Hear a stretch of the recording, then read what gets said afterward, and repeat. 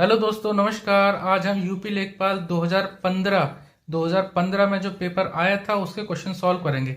और आज जो हम सॉल्व करेंगे वो गणित के क्वेश्चंस होंगे। ठीक है, तो देखिए पहला क्वेश्चन है हमारा। एक पहिए की त्रिज्या 21 सेंटीमीटर है। 792 मीटर की दूरी तय करने में उसे कितने चक्कर लगाने होंगे। देखिए ये ऑप्शन है 300, 400, 600, 200। अब देखिए त्रिज्या यानी रेडियस, तो रेडियस हमारे पास दे रखी है 21 सेंटीमीटर, 21 सेंटीमीटर। 792 मीटर की दूरी तय करने में उसे कितने चक्कर लगाने पड़ेंगे। अब देखिए ये हमारी कुल दूरी है। मान लो ये दूरी है हमारे पास 792 मीटर।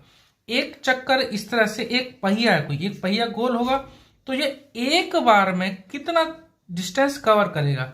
तो देखिए ध्यान रखिए, आप कोई भी एक चक्कर ये लगाएगा तो एक चक्कर में बराबर लगाएगा अपनी परिधि के बराबर, अपने पेरीमीटर के बराबर। तो ये सर्कल है तो सर्कल का परिधि या पेरीमीटर या सरकमफ्रेंस आप कहो तो ये होता है हमारा 2 पाई आर। 2 पाई आर के बराबर होता है। तो एक चक्कर में 2 पाई आर डिस्टेंस कवर करेगा ये। तो 792 मीटर में इसको कितने चक्कर लगाने होंगे। तो देखिए कुल चक्कर अगर इसको लगाने हैं तो कुल चक्कर बराबर जो टोटल डिस्टेंस है यानी 792 मीटर है, 792 को हम 2 पाई आर से भाग कर देंगे। तो 792 हमने यहां लिख दिया और 2 पाई आर का मान यानी 2 गुणा 22/7 गुणा आर। आर का मान दे रखा है हमारे पास कितना, 21 सेंटीमीटर। अब देखिए ये तो सेंटीमीटर में है और जो टोटल डिस्टेंस है वो हमारे पास 792 मीटर है। एक काम कर सकते हैं हम, 792 मीटर को हम क्या लिख सकते हैं, 792 गुणा 100 यानी सेंटीमीटर में हो जाएगा। अगर इसको 792 को 100 से गुणा करेंगे तो 79200 सेंटीमीटर हो गया हमारे पास। ठीक है, 79200 ये हमारे पास सेंटीमीटर हो गया। तो 792 यहां पे लिख देते हैं, 79200। अब इंटू आर नीचे क्या था, आर हमारा था 21, 7 या 21। देखो कितना आ गया, 79200 आ गया ऊपर और नीचे कितना आ जाएगा हमारे पास 2 गुणा 22। यहाँ ऐसे लिख देता हूं, फिलहाल मैं इसको गुणा नहीं कर रहा हूं। तो देखिए अगर देखा जाए तो यह हमें 11 के पहाड़े से कटता नजर आ रहा है। कैसे, 11 सत्ते 77 होता है, 2 बचेगा तो 2 और 2 22 हो जाएगा। तो 11 दूनी 22 हो जाएगा और यहाँ पे नीचे हमें दिख ही रहा है 11 से कटेगा, काट देते हैं। 11 सत्ते 77 बचेगा 2, 2 2 22, तो 11 2 जा 22 बचेगा 2 0, तो ये हमने लगा दिए। नीचे 11 दूनी 22 हो गया। ठीक है, अब इसको हम फिर काट सकते हैं। तो देखो हम इसको किससे काटें, इसको 2 के पहाड़े से काट दें। वैसे 2 दूनी 4, 4 तिया 12, 12 से भी कट जाएगा डायरेक्ट, 12 छिंग 72। तो आंसर देखो आपका आ जाएगा डायरेक्ट 600। ठीक है, आपको कैलकुलेशन करनी पड़ेगी थोड़ी सी फास्ट। ठीक है, मैं आपको सॉल्व करके बता रहा हूँ इसलिए इसमें टाइम लग रहा है। जब आप इसकी प्रैक्टिस करेंगे तो यकीन मानिए मेरा बहुत जल्दी हो जाएगा। ठीक है, 2 दूनी 4, 4 तिया 12, 12 और 12 छिंग 72, 12 छिंग 72। तो देखो आंसर हमारे पास कितना आ जाता है, 600। तो कुल 600 चक्कर लगाने होंगे, ऑप्शन सी। ठीक है, अगला क्वेश्चन करेंगे। अब देखिए इस क्वेश्चन में एक त्रिभुजाकार खेत का परिमाप 540 मीटर है और इसकी भुजाओं का अनुपात 5:12:13 है। इस खेत का क्षेत्रफल क्या होगा। देखिए परिमाप दे रखा है यानी इन तीनों साइड का जो सम दे रखा है, इन तीनों भुजाओं का योग दे रखा है 540 मीटर। अब ये जो अनुपात है 5:12:13, ठीक है, ये इन तीनों भुजाओं का कौन कौन सी है ये अभी देखेंगे। इस खेत का क्षेत्रफल हमें पता करना है। अब देखिए अगर मैं इन तीनों भुजाओं का योग करूं तो आना चाहिए इतना। यानी अब जब भी कभी आप रेशियो देखेंगे ना इनके साथ, आप उसके साथ ना x लगा दो। यानी 5x plus 12x plus 13x, इन तीनों का जो योग हो गया वो हो गया हमारे पास 540। जरा इन तीनों को जोड़ देते हैं तो 12 और 5 17, 17 और 3 सॉरी 17 और 13 हो गया 30। तो 30x बराबर 540। यहां से अगर x का मान निकालें तो x का मान 540/30, तो कितना आ जाता है हमारे पास, ये आ जाता है 18। x का मान आ गया हमारे पास 18।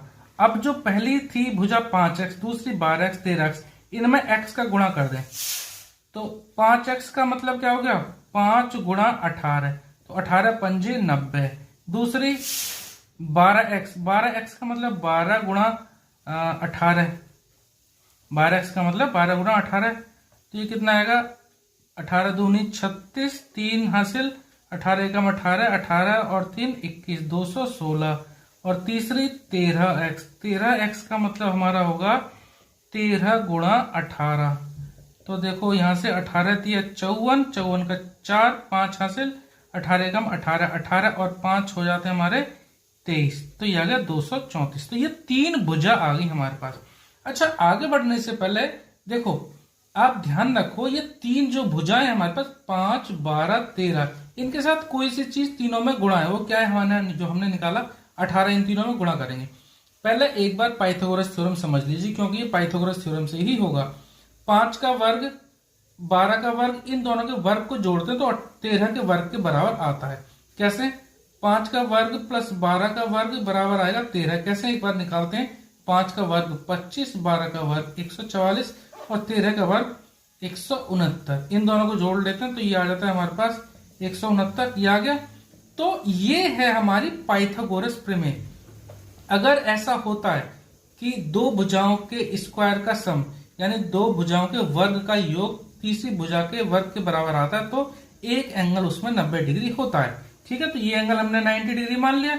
तो ये हो जाएगी हमारी 5x, ये हो जाएगी 12x। ठीक है, इनमें से ये इसको यहां ले तो x होगी स्क्वायर में, और ये हो जाएगी हमारे पास 13x। ठीक है, तो ये आ गया। अब तीनों भुजाएं हमने निकाल ली यहाँ पे। ये 5x का मतलब 90, 12x का मतलब ये। अब हमें क्या करना है? क्षेत्रफल। देखिए, क्षेत्रफल का जो किसी भी त्रिभुज का जो क्षेत्रफल होता है वो क्या होता है? एरिया क्या होता है? 1/2 बेस इंटू हाइट। बेस यानी आधार। आधार कितना है हमारे यहाँ पर? BC है। और हाइट कितनी है यहाँ पर? AB। ध्यान रखना, ये जो बेस हमने लिया 5x, तो ये वैल्यू यहाँ पुट कर देंगे। 12x की वैल्यू ये यहाँ पुट कर देंगे। ठीक है, इससे मतलब नहीं है एरिया के लिए। तो 1/2 BC का मान हमने निकाला 5x, और 5x का मान 90, और AB का मान हमने जो निकाला, AB का मान मतलब कि 12x कितना आया? 216। इसको हल कर देते हैं, 2 से इसको काट देते हैं, तो ये आ गया 108। तो 90 गुणा 108। तो देखो लास्ट में 0 है, 0 लगा देता हूं। अब यहां से सॉल्व करेंगे ना, 9 8 जा 72 और 0 है तो ये 0 आ जाएगा। 9 1 जा 9, ये आ गया 9720 वर्ग मीटर, यानी मीटर स्क्वायर या फिर वर्ग मीटर। ठीक है, अगर स्क्वायर आप वैसे लिखते हो तो मीटर स्क्वायर ऐसे लगा दो, या फिर हिंदी में लिखो तो वर्ग मीटर। तो 972। तो हमारा आंसर आ गया हमारा option number 1 A, sorry option A हमारा करेक्ट आ गया। ठीक है, तो मैंने इसको सॉल्व करके बताया ताकि आपको आराम से समझ में आ जाए।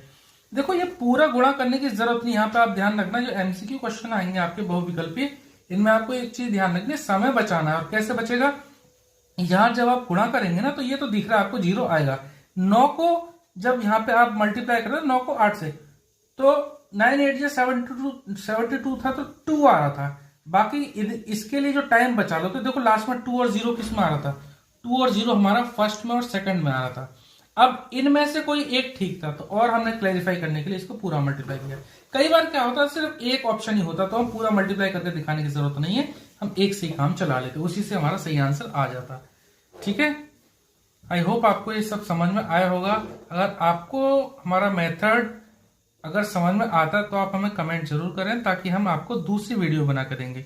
अगर आपको ये क्वेश्चन अच्छे लगे, क्वेश्चन तो आपके लास्ट ईयर के पेपर के हैं, तो हम जो भी आपके यूपी लेखपाल के जो टॉपिक्स हैं वो सारे टॉपिक्स कवर कराएंगे। ठीक है, तो अगर आपका जो मन है कि हम इस तरह की और वीडियो बनाएं तो आप कमेंट जरूर करें। ओके, धन्यवाद।